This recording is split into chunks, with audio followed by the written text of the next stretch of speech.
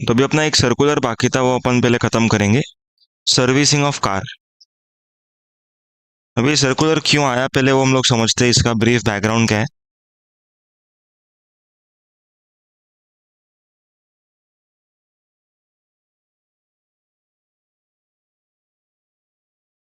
अभी servicing of car में क्या होता है, फॉर एग्जाम्पल अगर हम लोग का कार खराब हुआ, हम लोग गैरेज में लेके गए उसको,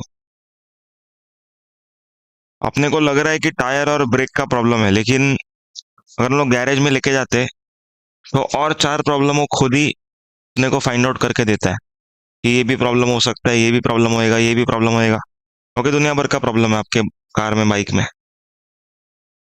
तो हम लोग क्या करेंगे, हम लोग बोलेंगे चलेगा ठीक है, अभी कर डालते हैं, आए तो रिपेयरिंग कर डालो, सर्विसिंग भी कर दो थोड़ा एक्स्ट्रा वगैरह। यस और नो। तो अभी मेरे को ना कुछ प्रॉब्लम्स बताओ जो अपने कार में हो सकता है। सर चार पांच प्रॉब्लम बताओ फटाफट।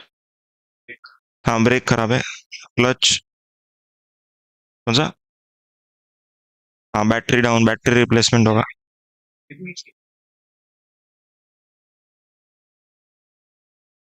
हैंड ब्रेक वो तो छोटा सा खर्चा है, थोड़ा अच्छा टायर टायर लेते हैं। हाँ। और नहीं, वो नहीं, कुछ गुड्स बोलो, गुड्स। चलो ठीक है, बस हो गया, सुनो सुनो। तो ये चारों चीज अपने कार में खराब है। ओके, और ये सब चारों को लगाने के लिए जो मैकेनिक है वो सर्विस भी देगा। मतलब वो बंदा क्या करेगा, ये चारों चीज खरीदेगा मार्केट से और ये चारों चीजों को लगा कर देगा। समझ में आ रहा है पॉइंट? तो हम लोग यहाँ पर प्राइसिंग लिखते हैं। समझो कि ब्रेक 5,000 रुपीज का है, क्लच 2,000 रुपये का है, बैटरी 3,000 का है, टायर 10,000 रुपीज का है, और उसका सर्विस चार्जेस 3,000 है। वो 4,000। सर्विस चार्ज उसका 4,000। ओके, अभी यहाँ पर जो बाहर वाला पर्सन है ना, जो गैरेज वाला मैकेनिक है, उसको क्या करना पड़ेगा, मार्केट से ये चारों चीज खरीदेगा वो, और फिर हम लोगों को क्या करेगा, वो लगा करके देगा, और हम लोगों से क्या करेगा, जो कॉस्ट हुआ है ना उसका वो रिकवर करेगा, और खुद का सर्विस चार्ज भी रिकवर करेगा। अभी कुछ कुछ गैरेज वाले वो कॉस्ट के साथ साथ और भी उधर ऐड कर डालते। तो टायर उनको 10,000 में पड़ा है, 12,000 लेंगे अपने से। तो उसका एग्जाम्पल नहीं ले रहे हम लोग, वो होएगा तो भी सेम ही रहेगा। लेकिन अभी के लिए हम लोग क्या ले रहे हैं, वो हमसे कॉस्ट टू कॉस्ट गुड्स ले रहा है और सर्विस चार्जेस थोड़ा एक्स्ट्रा ले रहा है। पॉइंट समझ में आया क्या? ओके। और कुछ कुछ गैरेज वाले क्या बोलते हैं, टोटल करो इसका, सबका टोटल मारो जरा। ओके, 24,000।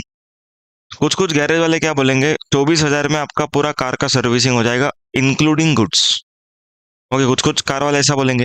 तो दो ऑप्शंस यहाँ पर पॉसिबल है, यहाँ पर देखो दो ऑप्शन। पहला, okay, one line item. One line item मतलब आपके बिल पे सिर्फ एक ही लाइन आइटम दिखेगा, सर्विस चार्जेस और सर्विसिंग ऑफ कार। ओके, अगर वन लाइन आइटम रहेगा तो 24,000 चार्ज होएगा। ओके, और service charges is a composite supply, service composite है ना, मेन काम तो सर्विसिंग था, ये सब तो गुड्स अपने को लगा टू प्रोवाइड दैट सर्विस। तो यहाँ पर इसके ऊपर 18% जीएसटी निकालो, कितना आएगा देखो। 24,000 इंटू 18%।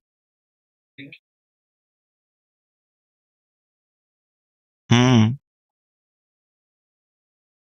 4,320। ओके, इतना जीएसटी गैरेज वाला चार्ज करेगा कस्टमर को, अगर एक ही लाइन आइटम करेगा तो। समझ में आ रहा पॉइंट?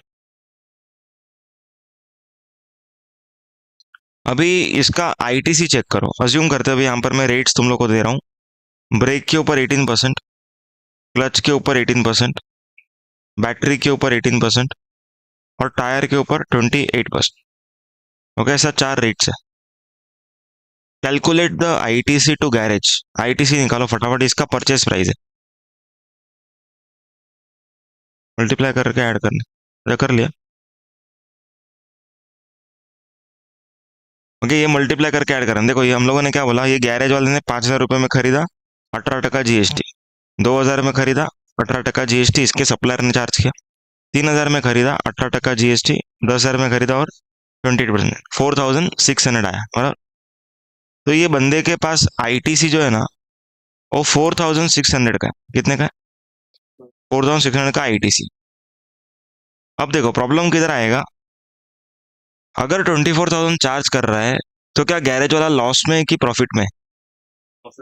प्रॉफिट में। फिर भी जीएसटी भरने को नहीं आया, उसको जीएसटी बचा है उसके पास। ऐसा होना नहीं चाहिए लॉजिकली। समझ में आ रहा है? लॉजिकली क्या होना चाहिए, आपका जीएसटी हमेशा भरने को आना चाहिए। ऐसा कभी नहीं आना चाहिए कि जीएसटी भरने को नहीं आया और ऐसे ही बचा है, unless you are in loss. तो इधर सब कुछ उल्टा हो रहा था, इसीलिए गवर्नमेंट ने सर्कुलर लाया। सर्कुलर का लॉजिक समझ में आ गया? सर्कुलर क्यों लाया? क्योंकि प्रॉफिट बना के भी इनको जीएसटी भरने को नहीं आ रहा है। ओके, तो पैसा इन लोग का वर्किंग कैपिटल ब्लॉक हो रहा है। ब्लॉक कैसे हो रहा है? गवर्नमेंट के पास अभी 300 रुपये पड़ा रहेगा, माइनस करेंगे ना हम लोग 4320, तो 280 रुपीज इस बंदे का गवर्नमेंट के अकाउंट में पड़ा हुआ है, आईटीसी के अकाउंट में। तो अभी गवर्नमेंट ने इसको सेकंड ऑप्शन दिया कि आपका पैसा ऐसा अटकना नहीं चाहिए, इसीलिए सेकंड ऑप्शन भी आप फॉलो कर सकते हो। अब सेकंड ऑप्शन में करना क्या है, जो भी गुड्स का प्राइस चार्ज कर रहा है ना वो गुड्स का लाइन आइटम इधर लिखेगा। क्या क्या था जरा बता दो। ब्रेक था, टायर था, बैटरी और क्लच, और साथ में वो सर्विसिंग कर रहा था तो उसका सर्विस चार्जेस। बराबर। अभी अमाउंट थोड़ा पहले इन तीनों का लिख लेते हैं। क्लच का 2000,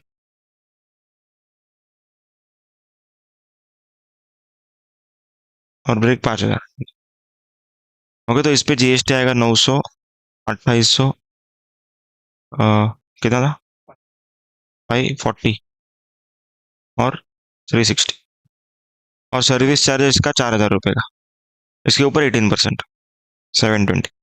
अब देखो, अभी गवर्नमेंट ने इसको क्या बोला कि आप क्या करो, जो भी गुड्स खरीदते हो ना उसका गुड्स का रिस्पेक्टिव रेट लगाओ, और आपका जो सर्विसिंग है उसके ऊपर 18% लगाओ। देखो नॉर्मली हम लोग क्या करते हैं, कंपोजिट सप्लाई रहता है ना, तो लाइन आइटम अलग रहेगा तो भी हम लोग रेट प्रिंसिपल का लगाते हैं। लेकिन कार वालों के लिए स्पेशल सर्कुलर है, क्योंकि कार वाले में क्या रहता है, गुड्स का जो भाव है ना वो बहुत अलग ही रहता है। तो यहाँ पर गवर्नमेंट ने क्या बोला, only for car. Okay, car dealer and bike dealer, मतलब मोटर व्हीकल के रिपेयरिंग वाले, उन लोग क्या कर सकते हैं, सेम बिल पर अलग अलग लाइन आइटम बनाएंगे, पर रेट ऑफ जीएसटी प्रिंसिपल का नहीं आएगा। कौन सा आएगा? हाँ, इंडिविजुअल रेट्स आएगा, और सर्विस चार्जेस पे 18%। अभी जीएसटी का अमाउंट निकालो। नहीं नहीं, 4320 नहीं आएगा, 4600 से ज्यादा ही आना चाहिए। हाँ, 5320, 5320 समझ में आया क्या पॉइंट? अभी 5320 इसका लायबिलिटी है। अभी इसका पैसा बचेगा क्या कभी? बचेगा नहीं उसके पास, मतलब आईटीसी नहीं बचेगा। अभी इसको आईटीसी यूज करके और भी कुछ भरने को आएगा, और ये जो भरने को आएगा वो तो सामने वाले से ही रिकवर करेगा। पॉइंट समझ में आया क्या? तो यहाँ पर वर्किंग कैपिटल थोड़ा सा रिलीज हो गया, लेकिन कस्टमर के ऊपर थोड़ा बर्डन बढ़ गया। देखो पहले वाले में ये कितना रुपया लेता था कस्टमर से, 24 + 4320, लेकिन अभी वाले में 24 + 5320 देना है। मतलब सेकंड एग्जाम्पल में सामने वाले से मेरे को ज्यादा पैसा मिलेगा। समझ में आया क्या पॉइंट?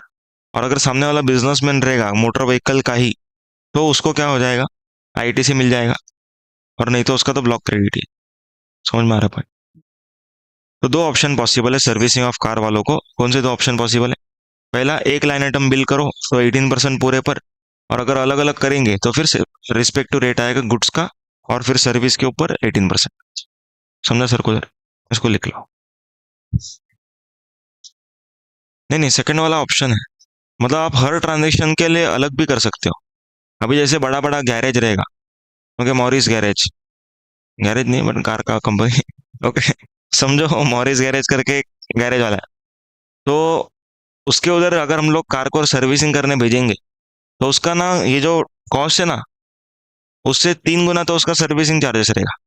तो उधर तो इन लोग ना वन लाइन आइटम भी लिखेंगे ना तो भी इन लोग का जीएसटी भरने को ही आएगा।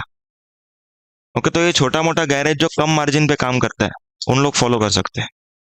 क्लियर है पॉइंट? इस सर्कुलर को लिख लो फटफट, फिर हम लोग रिवीजन करेंगे।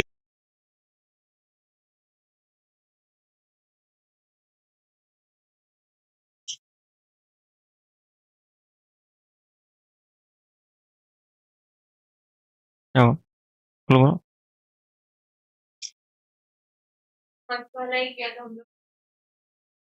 नहीं नहीं, वो उनको दिया है ना, उनको ऑप्शन दिया है, उनको जैसे करना है वैसे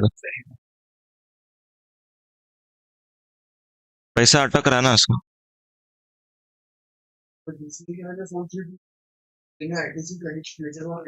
लेजर में पड़ा रहेगा तो वो सोचेगा कि उसको फ्री कर देते।